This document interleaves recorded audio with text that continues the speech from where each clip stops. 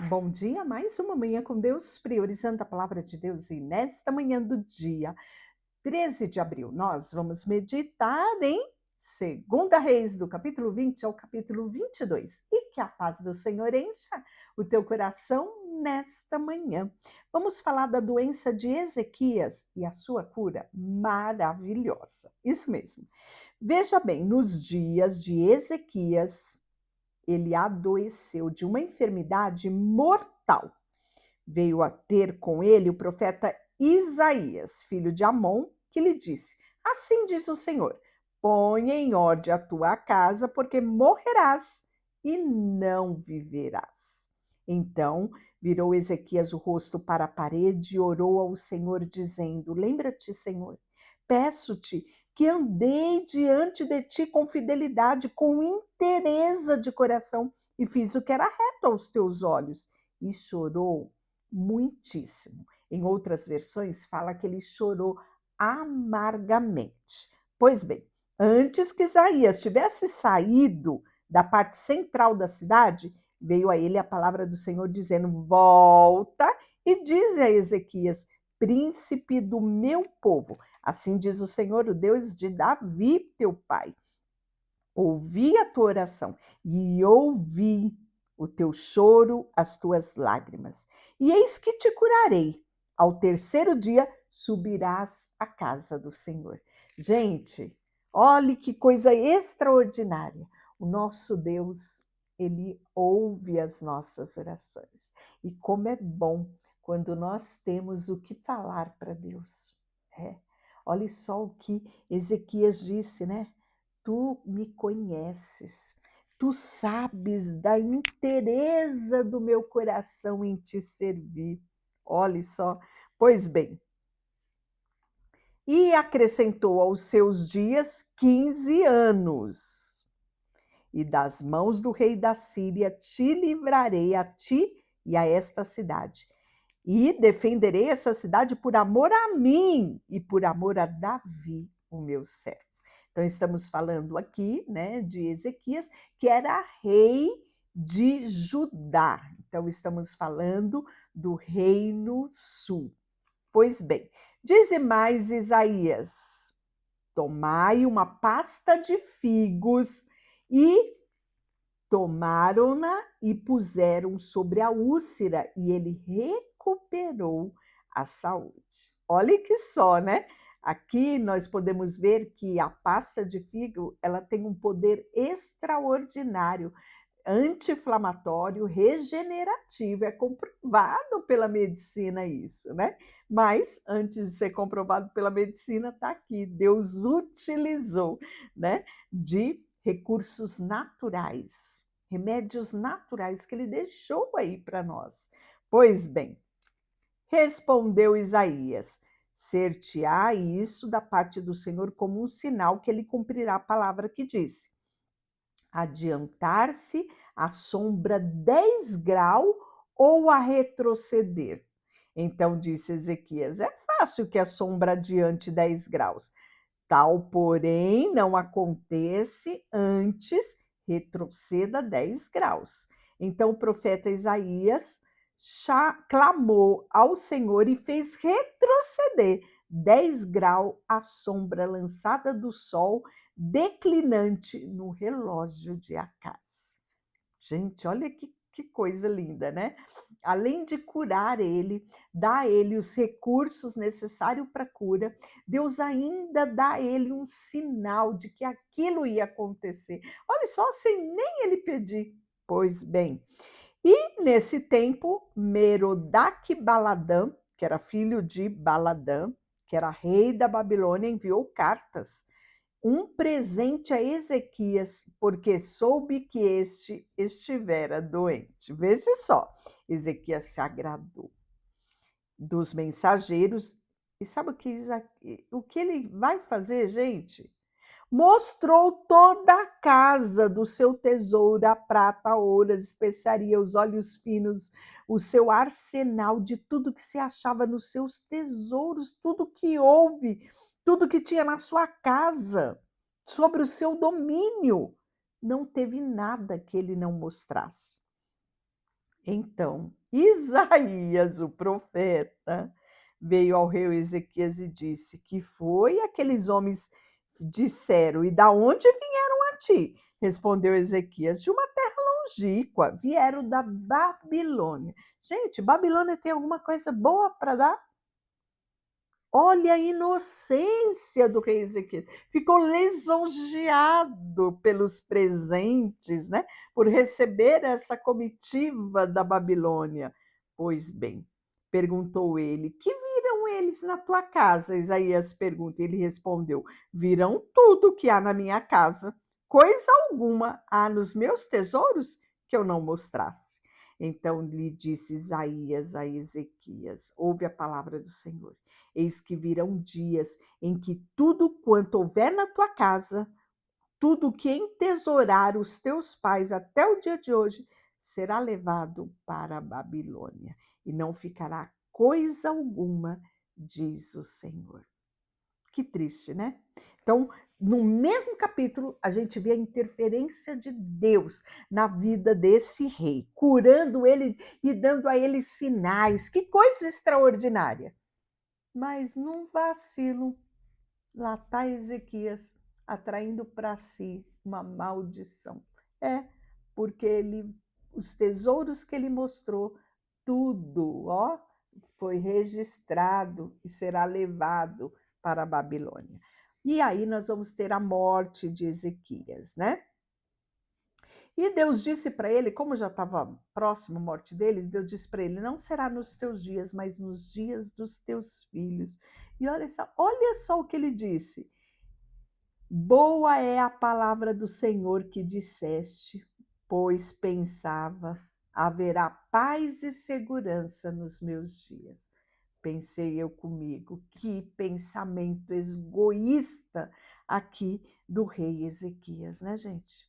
Pois bem.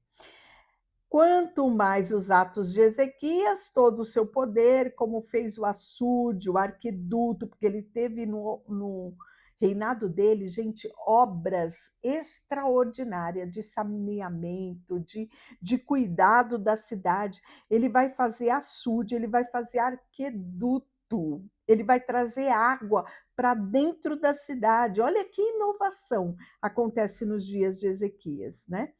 Tudo está lá escrito no livro dos reis de Judá. Descansou ele com seus pais, e sabe quem vai reinar no lugar dele? Seu filho Manassés. E tinha Manassés 12 anos de idade quando começou a reinar, e reinou 55 anos em Jerusalém. Sua mãe chamava Efsibá. Pois bem, Manassés aqui, gente, vai reinar mais do que Davi reinou, em quantidade de anos. E o pior, gente, ele fez o que era mal aos olhos do Senhor, segundo as abominações dos gentios, que o Senhor expulsava das suas possessões, pois tornou a edificar, sabe os altos que o pai dele tirou tudo, aquela idolatria, porque nos dias de Ezequias, ele fez uma revolução espiritual, né? Pois bem, Manassés vai trazer tudo de volta, minha gente. Olha só. Será que ele não viu o pai dele, todo o esforço do pai dele? Pois bem, tornou a edificar os altos que o seu pai havia destruído, levantou altar a Baal, fez poste ídolo como Acabe tinha feito, diante do exército dos céus o serviu, edificou altares na casa do Senhor, das quais o Senhor tinha dito: em Jerusalém porei o meu nome. Também edificou altares ao exército dos céus, e 2 átrios ele fez dentro da casa do Senhor. Outra coisa que eu achei assim, abominação, gente, que Manassés faz. Ele queima o seu filho como sacrifício à adivinhação pelas nuvens. Era agoreiro, tratava com médium, feiticeiros, e ele prosseguiu em fazer o que era mal, aos olhos do Senhor para provocar a sua ira. Também pôs imagem de escultura de poste ídolo, sabe aonde? Na casa do Senhor. Gente, o que esse Manassés faz é algo assim que não dá para acreditar, sendo ele filho do rei Ezequias. E aí nós vamos ver que ele vai profanar o templo, e principalmente também ele vai colocar imagem de escultura lá dentro, na casa que o Senhor dissera a Davi e a Salomão, seu filho, nesta casa em Jerusalém, que escolhi de todas as tribos de Israel, porei o meu nome para sempre. Pois bem, Manassés vai profanar o templo. E nós vamos ver que ele não vai ouvir, né? Manassés fez o povo errar e fez atrocidades do que todos os demais reis que tinham sido antes deles e depois dele.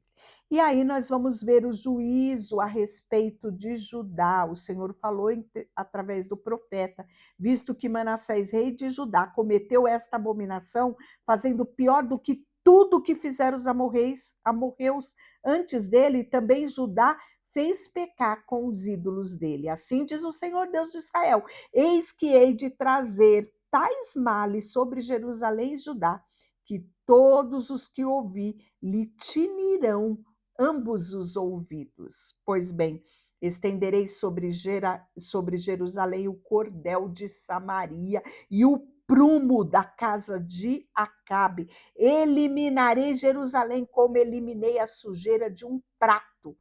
Elimina-o e o emborca. Abandonarei o resto da minha herança. Entregá-lo-ei nas mãos dos seus inimigos e servirá de presa, despojo para todos os inimigos. Além disso, Manassés derramou muitíssimo sangue inocente, até encher Jerusalém de um ou outro extremo, fora o seu pecado, que fez pecar a Judá, praticando o que era mal aos olhos do Senhor. E aí ele vai morrer. Pois bem, quantos mais atos de Manassés e tudo que ele fez, o seu pecado que cometeu, porventura não estão escritos nos livros da história dos reis de Judá? Manassés descansou com os seus pais e foi sepultado no jardim da sua própria casa, no jardim de Uzá. E Amon, seu filho, vai reinar em seu lugar.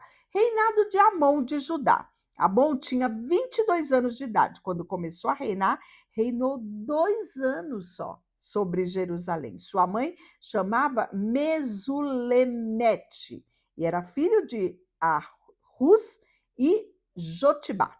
Fez o que era mal aos olhos do Senhor, como fizera Manassés, o seu pai. E os atos de Amon também estão todos registrados. Capítulo 22, nós vamos ver agora o início de uma revolução espiritual. Então, nós podemos ver que passava um rei, 2, fazendo o que era mal aos olhos do Senhor, mas, gente, levantava reis sobre Judá, reis assim, sabe, que tinham o coração em Deus. Olha isso aqui, tinha Josias 8 anos, de idade, quando ele começou a reinar, e reinou 31 anos em Jerusalém. Sua mãe chamava Gedida, e era filha de Adaías Boxcate. Fez ele o que era reto aos olhos do Senhor e andou nos caminhos de Davi, o seu pai, não se desviou, olha só, nem para a direita, nem para a esquerda. No 18º ano do seu reinado, o rei Josias mandou o escrivão Safá, filho de Azalias, à casa do Senhor, sobre Uquias, o sumo sacerdote, para que conte o dinheiro que trouxe à casa do Senhor, do qual guardava na porta, juntado pelo povo, e dei nas mãos dos que dirigem a obra do seu cargo à casa do Senhor, para que paguem aqueles que fazem a obra que há de ser feita na casa do Senhor, para reparar os estragos da casa. Você lembra de Manassés? Ele fez uma bagunça na casa do Senhor. Então, Josias aqui vai reunir recursos para fazer a obra da casa do Senhor. E aí tinha carpinteiro, edificadores, pedreiros, comprou-se madeira, porém não se pedia conta do dinheiro que lhes era entregado na mão desses homens, porquanto, gente, eles procediam com fidelidade. E Uquias, nessa reforma do templo, vai achar o livro da lei lá na casa do Senhor. E ele vai entregar o livro a Safã, que vai ler. E isso vai chegar aos ouvidos do rei, um relatório dizendo: os teus servos contaram o dinheiro que se achou na casa e entregaram nas mãos dos que dirigiam a obra, relatou o escrivão Safã, o rei, dizendo: o sacerdote Ilquias me entregou um livro. E Safã, sabe o que vai fazer? Vai ler esse livro para o rei. E Josias manda logo consultar alguém. Profetiza Ulda, isso mesmo. Tendo o rei ouvido a palavra do livro da lei, rasgou as suas vestes. E ordenou ao rei Uquias, o sacerdote, e Acaião, filho de Safã, Aquibor, filho de Micaías, de Safã, o escrivão, e Asaías, servo do rei, dizendo: ide consultai ao Senhor por mim, pelo povo e por todo o Judá, acerca das palavras do livro dessa lei, porque grande é o furor do Senhor que se acendeu contra nós. Olha, o rei entendeu tudinho, gente. Então o sacerdote Uquias, Aicão, Aquibor, Safã e Asaías foram ter com a profetisa Uda, que era mulher de Salum, o guarda-roupa, filho de Tiquetiva, ou seja, ele trabalhava para o rei, né? E ela habitava na cidade baixa de Jerusalém. Ela disse: assim diz o Senhor, Deus de Israel, dize ao homem que vos enviou a mim. Assim diz o Senhor: eis que trarei males sobre este lugar, sobre os seus moradores, a saber, toda a palavra do livro que se leu o rei de Judá. Visto que me deixaram de queimar incenso aos outros reis para provocar a ira, todas as obras das suas mãos, o meu furor se acendeu contra este lugar e não se apagará. Olha só, porém o rei de Judá, que vos enviou para consultar o Senhor, assim diga a ele. Assim diz o Senhor, o Deus de Israel, acerca das palavras que ouvi. Porquanto teu coração se entristeceu e se humilhou perante o Senhor, quando ouvistes o que falei contra o lugar e contra os moradores, que seria para a assolação, para a maldição.